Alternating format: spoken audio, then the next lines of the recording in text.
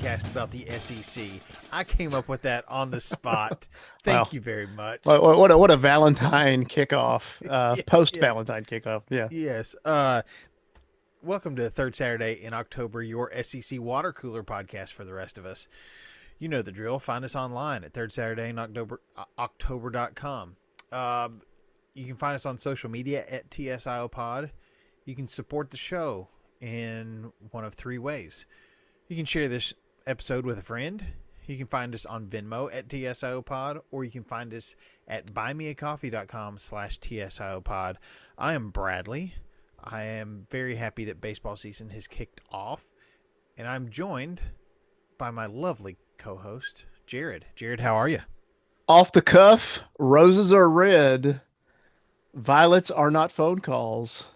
Auburn is struggling, but not so for the Vols. Well, yeah, but There for you this go. week at least. By the way, Yeah, you didn't have to like that, by the way. That was pretty rough. So, um, my favorite four lines in a song may be from Roger Miller's "Dang Me," ooh, uh, which go: "Roses are red, violets are purple, sugar is sweet, and so is maple syrup." Um, I I've been quoting that for several weeks around the you house. know, I like the fact that he just said, you know what, I'm gonna use Serpil, and people are just gonna have to accept it. So, Yes. yeah. This has nothing to do with sports, but um the so there's a lot going on. His big single. They listened to Got Sounds Great, whatever. Listened to some other tracks that they had recorded. Starts playing, and season 4, Reba McEntire. Mm. Uh, I mean, the list can just go on and on and on. So ran a record label in Nashville, back charge of the whole thing.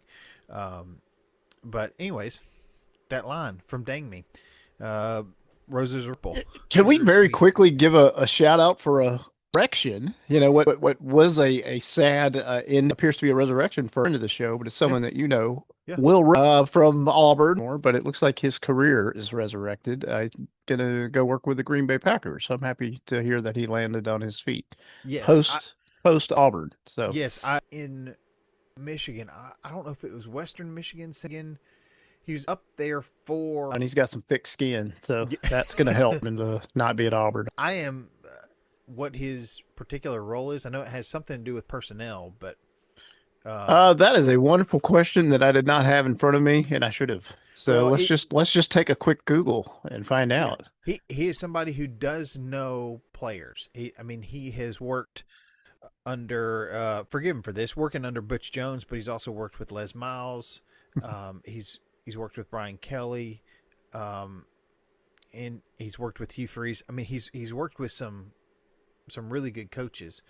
He was at MTSU for a long time, um, but whether those coaches can get the most out of those players is outside of his control. But he can known to find and attract top talent. So Uh, yeah, it is player personnel. I can tell from briefly looking at this, but I haven't read the whole thing, so I don't know the official title as of this second. But you were right well, about player personnel. So, congratulations to Will and the whole Redmond family. Um, maybe just keep that house in Auburn, just so you can thaw out in the summers. who's to say, man? Maybe the Lord will bring him back, you know. But man, that was disappointing when I heard It was. I they mean, weren't able to keep him there. he But grew up an Auburn fan, and so I know that was a dream job of his. But well, the dream continues in it Green Bay. does, and in Auburn, just with different faces. But That's true. yeah, Yeah, yeah. and right now it does feel like a dream. Hopefully not a worse one than we've dealt with the last few years. So, Oh, and the pain doesn't stop with football because y'all have had a rough go well, with basketball as well. yeah, let's get into that. So, Let's rip off that Band-Aid. so what can you tell? Well, without getting into a long-winded story about something I know a little about, but I'm not a advanced, in the know. That said, I've noticed for several games now, there's just a lack of just a lack of a will Yeah. to win, a lack of that, go, stick the dagger in this. I saw glimpses of it, and then I definitely saw it when they played against Florida at Florida and got that massive win in January. And then, of course, we went up to Knoxville and played Tennessee and got beaten. And then we've been on a losing streak. Sorry, 4-game losing streak ever since.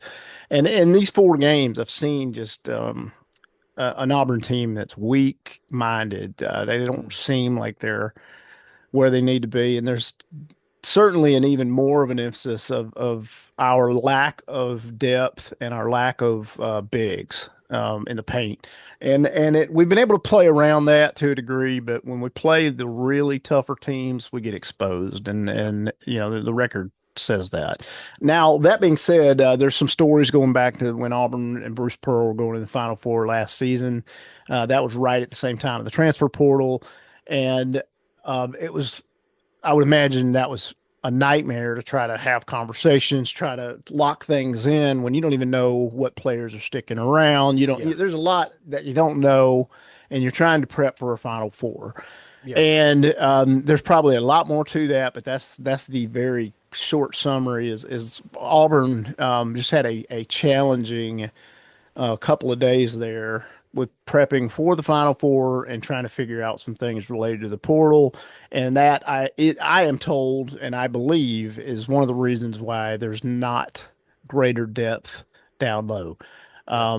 I think some teams that got eliminated a little bit before Auburn had some more focus and some time to have those conversations and get those players on the boat, and we were lacking there. And we have talent, so I think the hope was okay. We can um, ride the talent, and we're going to take some losses, but maybe we can overcome that, and that hasn't exactly been the case. But that said, I think there is some grace that needs to go Stephen Pearl uh, based on some of those things. So I'm gonna be cautiously optimistic, and we'll see how this season ends. Maybe they could still get in the NCAA tournament, but the way they've been playing, that doesn't seem likely. They'd be in an NIT. They're just playing like they're defeated right now. They're gonna have to snap out of it. And we got a really awesome freshman that's just not playing at all, and that has plagued me. My concerns. He's gonna hit the portal. But I'm not privy to what goes on that team. I don't know if this kid showed up late to something, or if he made somebody upset, Yeah. or he's not progressing like they had hoped. I don't know what the deal is. I just know coming out of high school, he was the touted guy. He's the guy everybody wants to see, and he's not sniffing the court.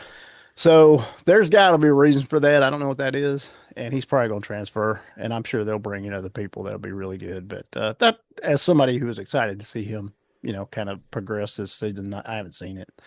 Yeah. So there's some concerns with Auburn basketball, but season's still got some games in it, and yeah, anything can happen in the SEC tournament. But you don't want to hang your hat on that. Yeah. So Do, do you know what the player reaction was when news broke that Bruce Pearl was stepping down and Stephen Pearl was being named head coach?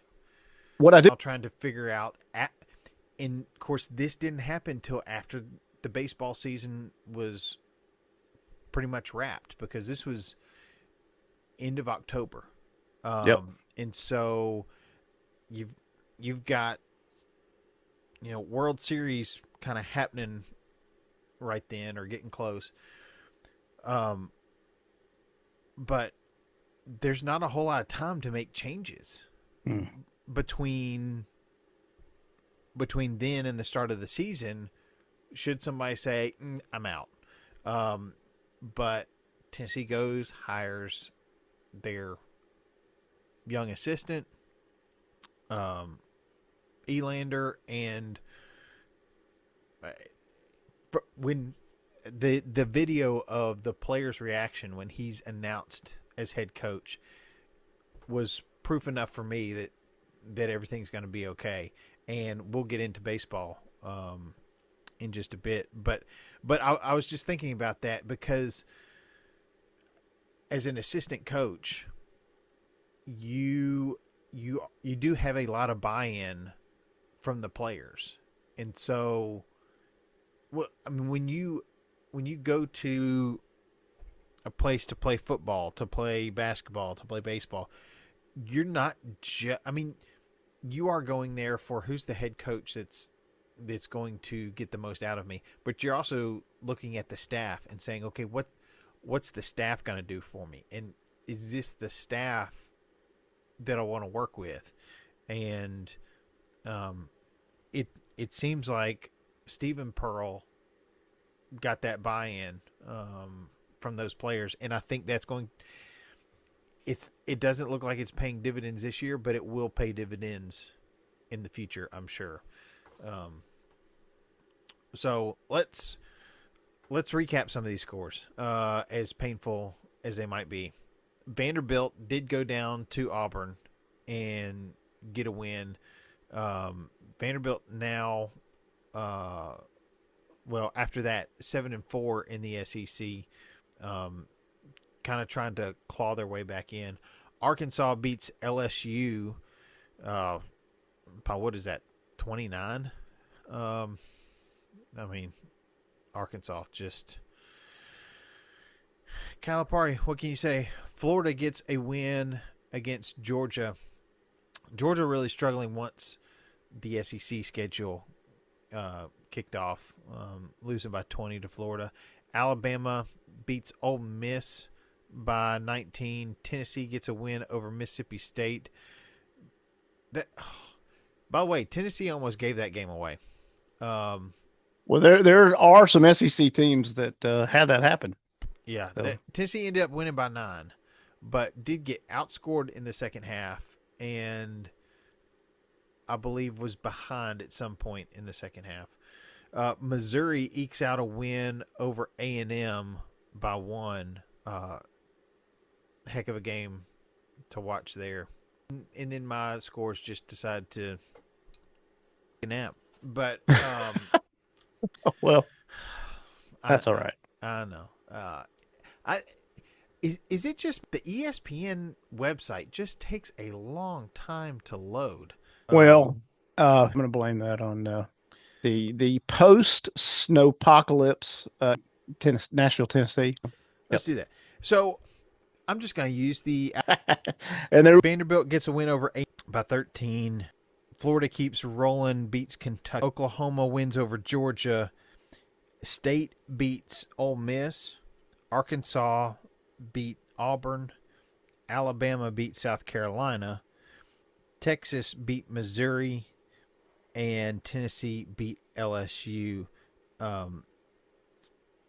Again, moments in Tennessee LSU, I just don't understand.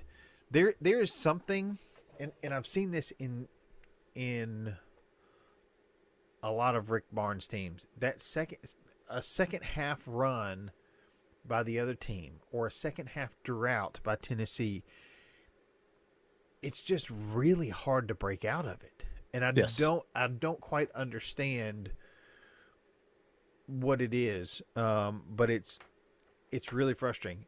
Although he is one of, I think, 8 coaches in NCAA history to have 250 wins at 2 different programs. He now has 250 wins at Tennessee, and he had over 250 wins at Texas. So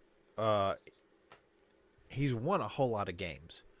But this is something that definitely needs to get kind of worked out as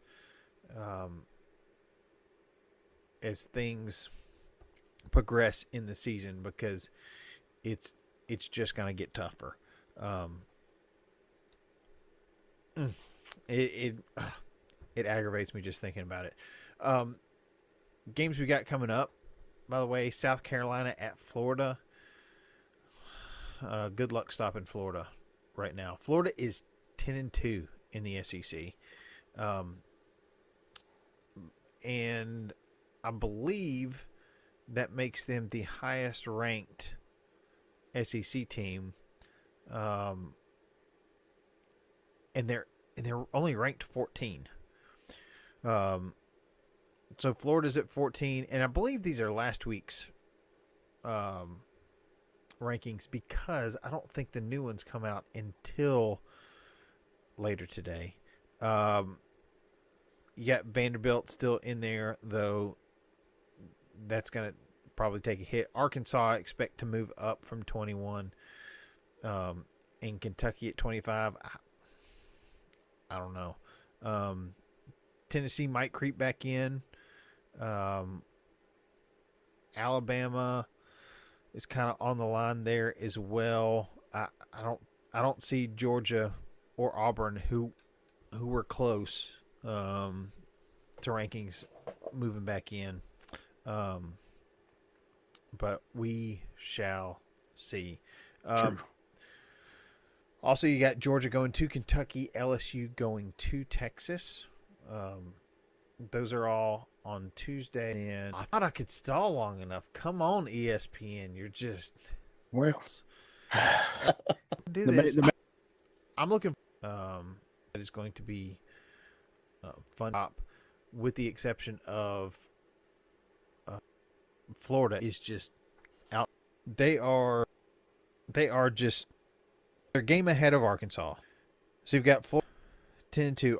And the Vanderbilt, a three-way tie. A&M and Texas. But, I mean, for the SEC title here in Nashville. So, basketball's happened to Joey Aguilar. To Aguilar's proving to me why he deserves another year of eligibility. So... All right, well, I will give him a hat tip. Be civil.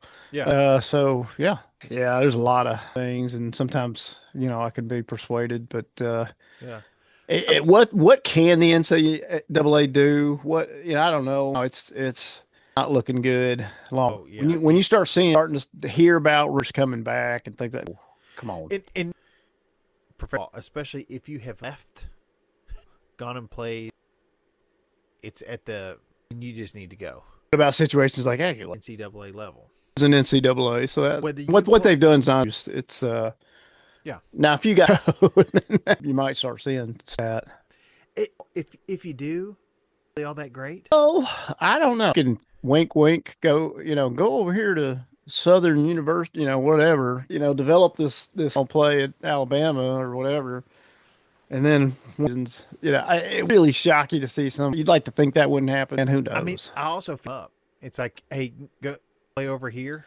What? Somebody else comes in and says, hey, contracts drawn up, but then the contract, is that going to get him out? Who knows? Yeah, you can't have a contract. I think that's the right thing to do for sure. Which would also take care of some of this stuff with high school as well, because these kids are getting into contracts that go into effect seemingly before they graduate because they're getting paid money. I'm looking at you. What's his face?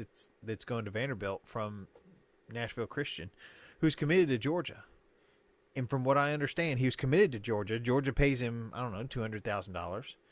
And then he decommits from Georgia. And they're like, hey, you're going to owe us that money back. It's like, well, crap. I probably already spent most of it. Well, I'll recommit to Georgia. And then what I've heard happen is Vanderbilt comes in and says, we will pay for you to pay back Georgia. Come play for us. Well, I can't fault Clark Lee for not saying no. Yeah, because that's their first 5-star. Yeah, or one of. Yeah. I mean, my thing is, he shouldn't. And this is where the NCAA needs to step in, and this is where, in Tennessee, the TSSAA needs to step in. If you're being paid money from a university while still competing at the high school level, I don't know. I mean, maybe you should be ineligible. Maybe those wins should be vacated. I don't know, but Yeah, I think you do know. I I I, Yeah. I think it's kind of creeping in too far, and I don't know. That's just me. So what's going to happen to Aguilar? I don't know. Do I think he should be able to play another year? Yeah. Um, am I that worried about it? Not really, because it doesn't seem like Coach Heupel's that worried about it. Um, Well, then that tells me either A, he's got strong confidence in, the room already, or B, they all know he's going to come back. I So, I definitely think he's not too worried. I mean, look what look what happened last year when Nico bailed. Now I could tell he was angry, mm, but he you also don't make that decision that quickly if you don't feel confident in what you have or what you can get. Um, because I don't think that Tennessee was in talks with anybody before Heupel made that decision. So, um, I mean, why would they? They had what everybody was talking about was the number one quarterback or number two quarterback for the class. Um, so, in Heupel, I trust. Uh, I'll I'll kind of leave it at that. yep, as you should. um, so that takes care of football and basketball. Any other thoughts on those Well, sports? Auburn, in terms of recruiting for football, they got a commitment from the number one player in the state of Alabama, who's a defensive lineman from Hueytown, which is a school that doesn't traditionally have players commit to Auburn. So it's just, if anything, I think it answers the question about Golish and his commitment to recruiting the state and his ability to recruit the top players in the Yeah, state. Like some people are worried about, oh, we lose Hugh Freeze and he was a good recruiter. Well, you just brought in Alex Golish and now he's got the commitment from the number one player in the state. You didn't even you were barely getting that from Hugh Freeze. Um, we overpaid for the number one player in the state a couple seasons ago, and now he's already transferred to Texas. So, but yeah, it's great to see Golish and his team, his guys, his coaching staff, and all these staff go out and build these relationships. And now we're competing, and not only competing but getting commitments. And there's a long way between now and December, and I hope things stay on course. But it's just nice as an Auburn fan to see Golish being able yeah. to under promise and over deliver. I'll say. Well, what impresses me is Golish is considered an offensive mastermind, and he just went and got the number one defensive player. Yeah, exactly. Wow. I mean, we have a really good defensive coordinator, Yeah. but that Golish is getting credited with the sealing the deal on this one, and I think that says a lot. But yeah, I'm excited about it. I think it's a good thing for Auburn fans to be happy about, especially when there's other things not to be happy about. So yeah, with that, let's ease over into baseball. Well, if if you have been in the dumps about Auburn football and our Auburn basketball, Auburn baseball made you happy this weekend, and I I loved their opening day unis, the all navy blue. Yes. Um, those are those are some slick uniforms. Absolutely. Auburn played Youngstown State, no cupcake. They were able to sweep them. So if there's an aha moment, that's it. You played a good team and you were able to win all three games this weekend. If there's an uh-oh moment, it's one of our top players, Chase Fralick. He got injured. He's potentially out till the start of season play, or I'm sorry, conference play. Yeah. So, uh, it's disappointing to see a top player like Chase Fralick get have that injury. but you got some other guys that can come in and play and hopefully get some time, and that gives them a chance to heal up and be ready for conference. So Um, no, I there's a reason that Auburn is a preseason top 10 team. And I think they started the season on the right foot. Um, Tennessee has a little bit to prove as top 15 team. which is nothing to be ashamed of. Nothing to be ashamed of. And came out firing in game one. What I love is Coach Elander, who coached third base for Coach Vitello, is still out there on third base as the skipper, and it's something he's like, no, I love doing this, and you gotta love a coach who loves to coach. He brought in a great staff, and so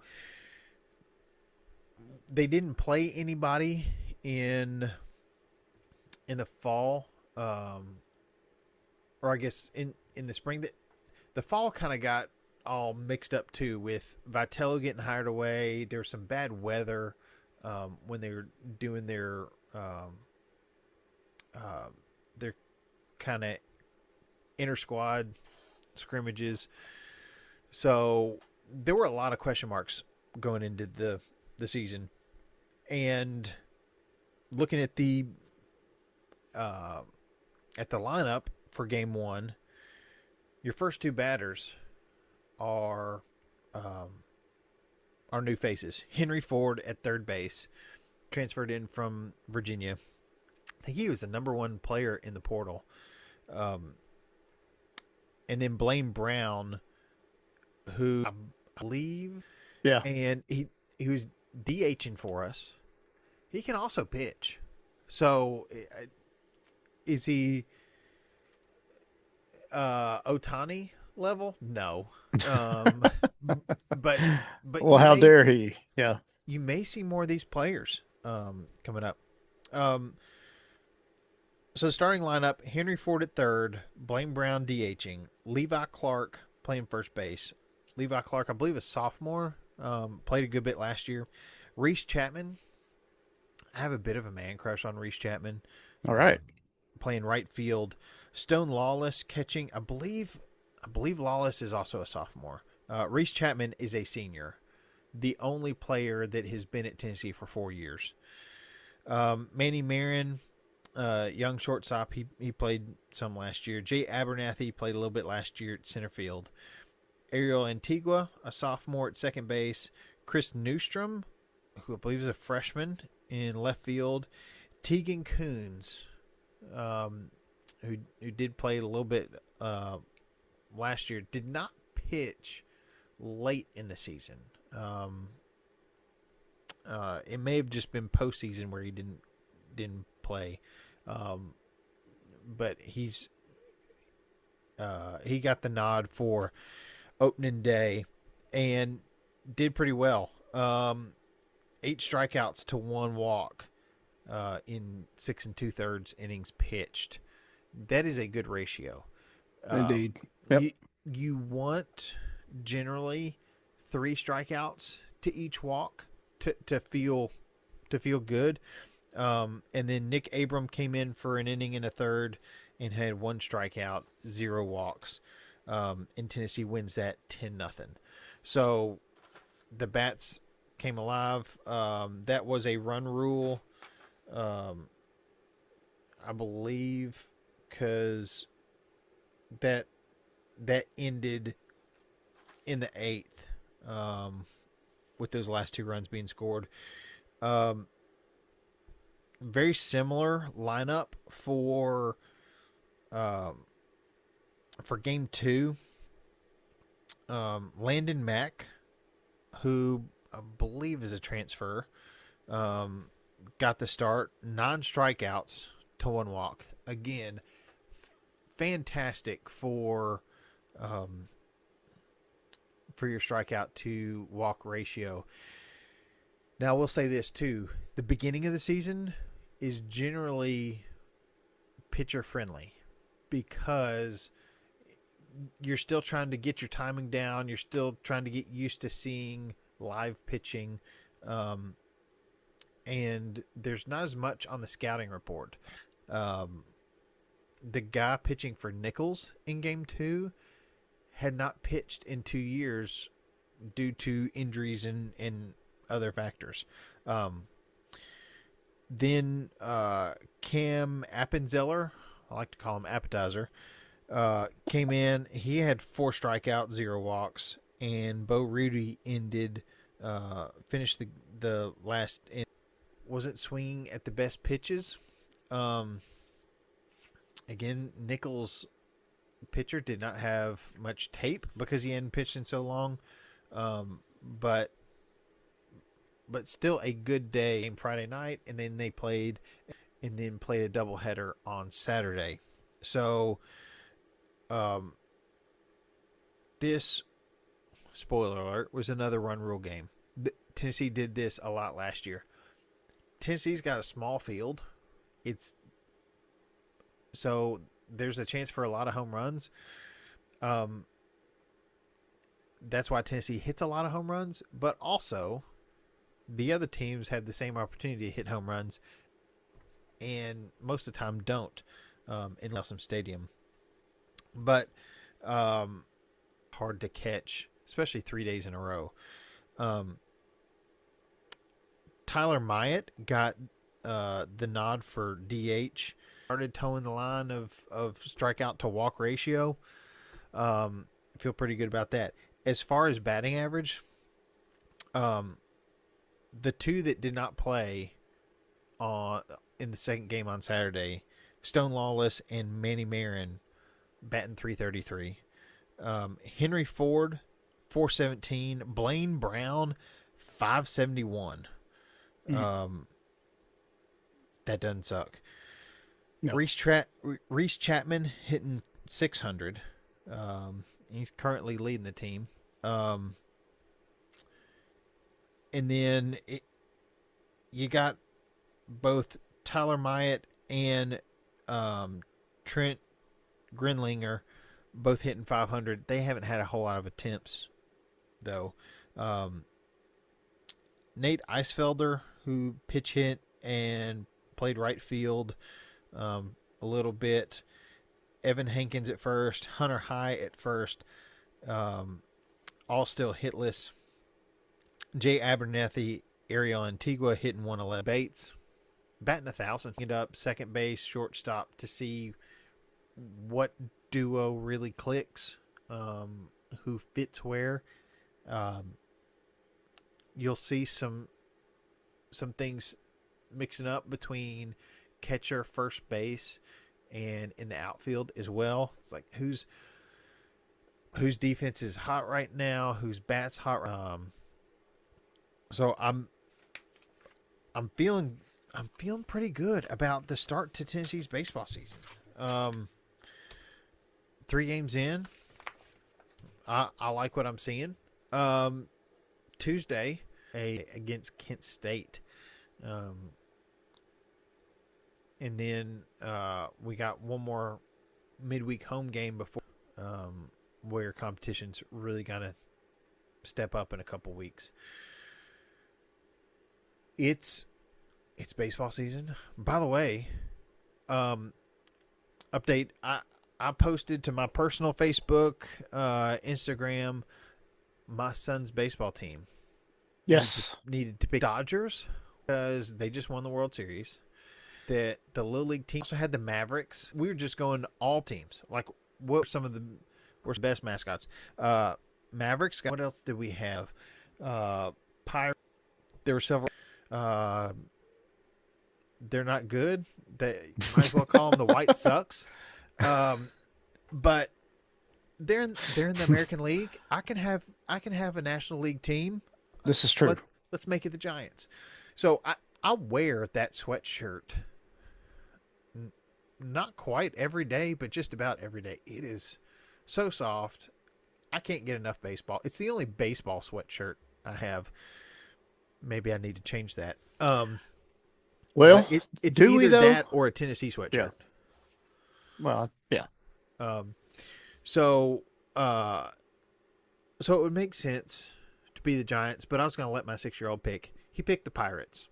Um, and, and he really wanted the yellow jersey and black pants, which is a cool look. I can give that. Yep. But I was like, I don't want to go with that all season. Uh, well, So, we'll see what the final looks like. But so the team is the Pirates. Is that what I'm hearing? the team is the Pirates. Yeah. Well, go Pirates. I did. I will admit I was kind of cheering for the Giants and given the history that you explained there, Yes. but nice curveball there at the end. I think Pirates is also a good name. So I think Pirates is great. I think he loved the color scheme, yeah, which is that's fair. not a bad thing. I was trying to figure out. He robbed you of the Giants. That's what Pirates do. They rob and they steal. Absolutely, yeah. He's a true Buccaneer. Exactly. Which is how much I paid to get my ear pierced, a Buccaneer. Um, so That's a good joke. I like that. Thank you for adding a little humor. Very little. Yeah. so there was a time that I traveled around the country, going to different conventions, and I think the first 2 years I was doing this, I was on the road about 180 days out of the year. Yeah, that's pretty busy. Unfortunately, most of those dates were not during baseball season, but there were a few dates that were. And I did get to one of the reasons that I said yes to this 2010 World Series Championship sweatshirt is the second game in April of 2011. So it wasn't the Giants home opener. It was their second game of the season. Was their ring ceremony where they handed out Well, the they won the rings for the previous year. Yeah. 2010 World Series Championship. I was at that game. So it was fitting that I accept that sweatshirt. I think I also went to a Pirates game. I have to go back through. I went through Facebook. I didn't. That's one baseball stadium I haven't been to. I've been to a lot of them. I haven't been to all of them, but I have not been to the Pirates Stadium. So Well, and so what I'd been doing is if I went to a game, I would go to Lids, who does not sponsor this podcast, not yet. and Yep. buy a baseball cap for that team and have the date stitched in the side of the hat. Ah, there you go. For the date that I went to a game, I'd love to collect all 32 teams and have dates stitched there. I'm pretty sure I went to the Pirates, and I was like, but I don't have a Pirates hat. So I've got to go back, see if I did actually go to a Pirates game when we were in Pittsburgh. You may have to, get a hat and have it stitched accordingly. Yes. So. Because I got to keep that tradition Before alive. you go to Lids or wherever, I would just do a search on eBay, get you an old used Pirates hat.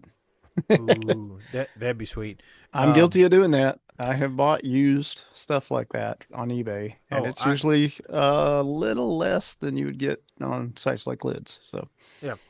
Um, so we did go with Pirates. I did turn in black jerseys with yellow trim, nice. white pants, black socks, black belts, which is a common uniform for the Pirates. So we're the Pirates, and when those uniforms come in, I will show the jerseys on our YouTube broadcast. Another reason to pay attention to YouTube. But True. I think coaches meetings are this next weekend, and then practices start that week. So I will keep you updated. Thank you. With my own version of the Bad News Bears, which was another name Yes. that somebody suggested. Well, given that you used to be a Bear and a Bruin, that could have worked. So. Speaking of Bruins, Sunday night, Belmont was playing Murray State In baseball? in basketball. Well, So so I they know you saw him in basketball recently. they Was this played at another Belmont. game? Yep, they played at Belmont a few weeks ago. They were playing at Murray State, Okay. and I, Also I'm up the road, is that right? I was not too hopeful. At halftime, Belmont was down 15. Ooh, And dang, if Belmont didn't come back and win by 17, when I was wow. going, I had left to go. I took the boys. We were going to feed my brother's cat while they're out of town. Mm. And once we got inside, I looked at my phone.